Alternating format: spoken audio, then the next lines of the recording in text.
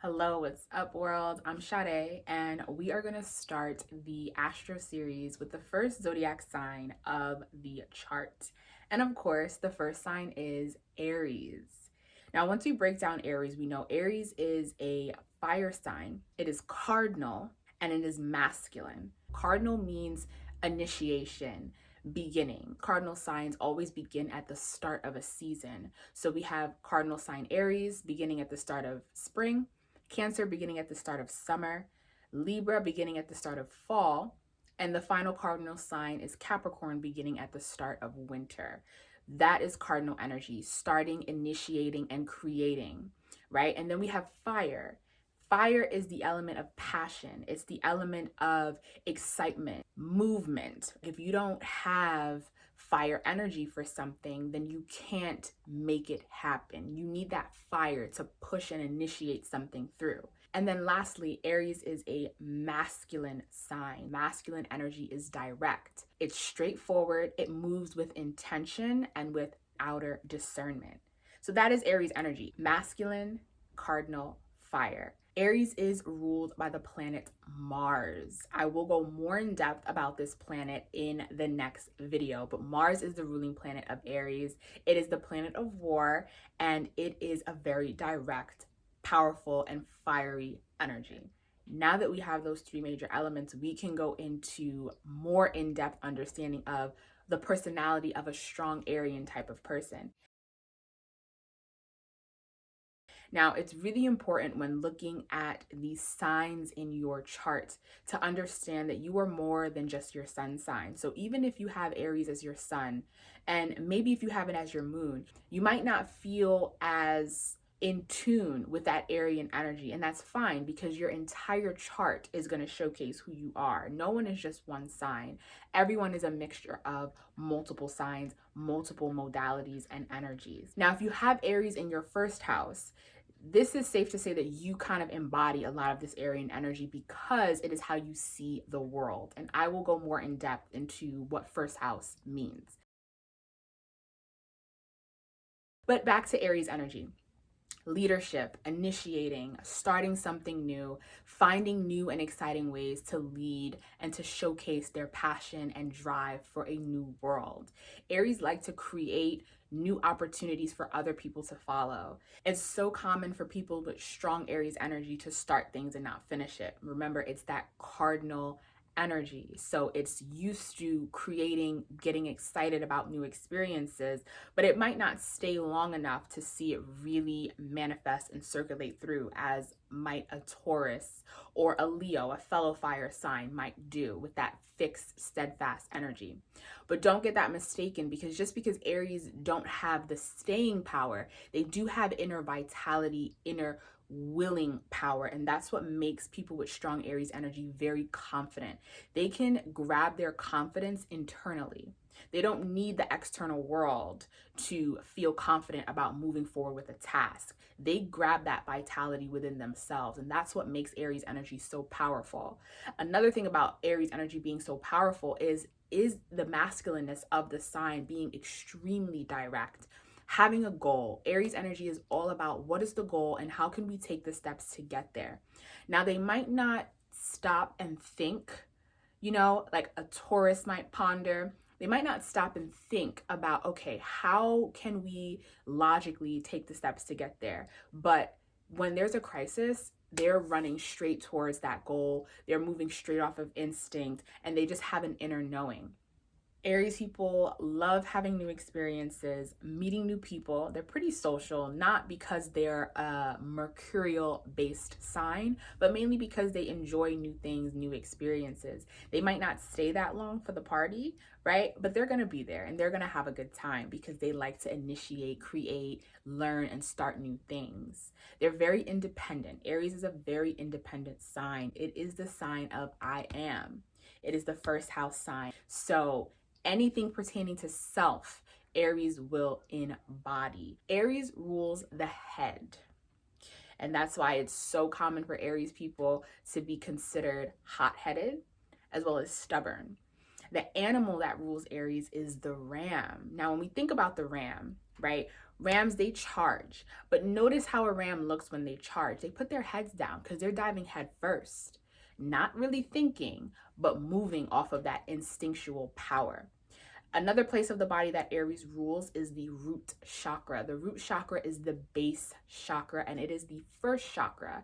It is our chakra of survival and stability. So when you think about what you need in order to feel safe and your willingness to defend and protect what it is you need to feel safe, that is Aryan energy. That's what it rules. So a lot of times people with strong Aries energy get this bad rep of being bossy, of being competitive, of being quick to anger, and very quick to become jealous.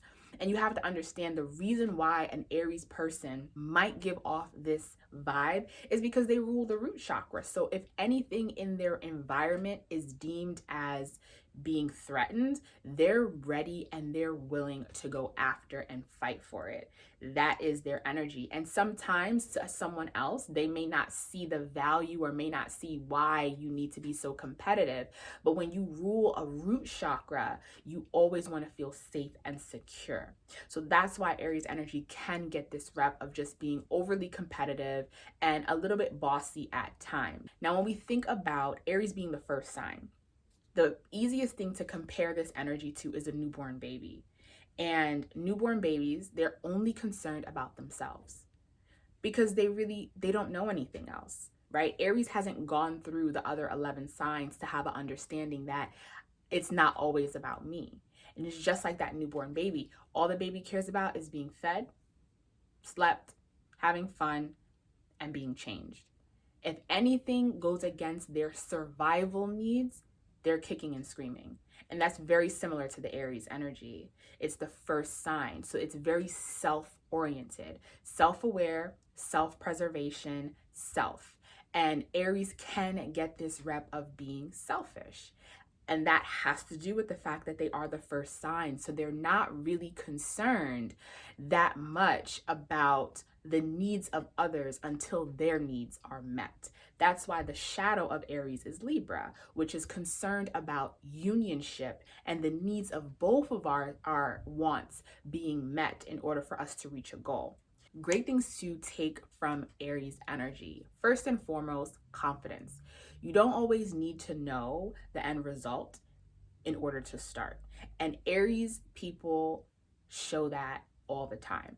They are willing to dive headfirst into things, no matter how new it is, no matter how scary it might be, but just for the sake of trying it and seeing what happens. And that is something that a lot of us can learn and take from that energy, is just have confidence, and don't let your confidence be based off of external people, external forces.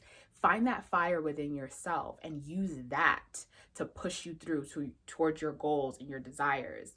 Another thing we can learn from Aries energy is think about where you need to take up more leadership in your life, more leadership at your job, or more leadership in just anything that you're interested in. Trust yourself in being able to lead and learning along the way and starting and finding new ways of living and experiencing the world.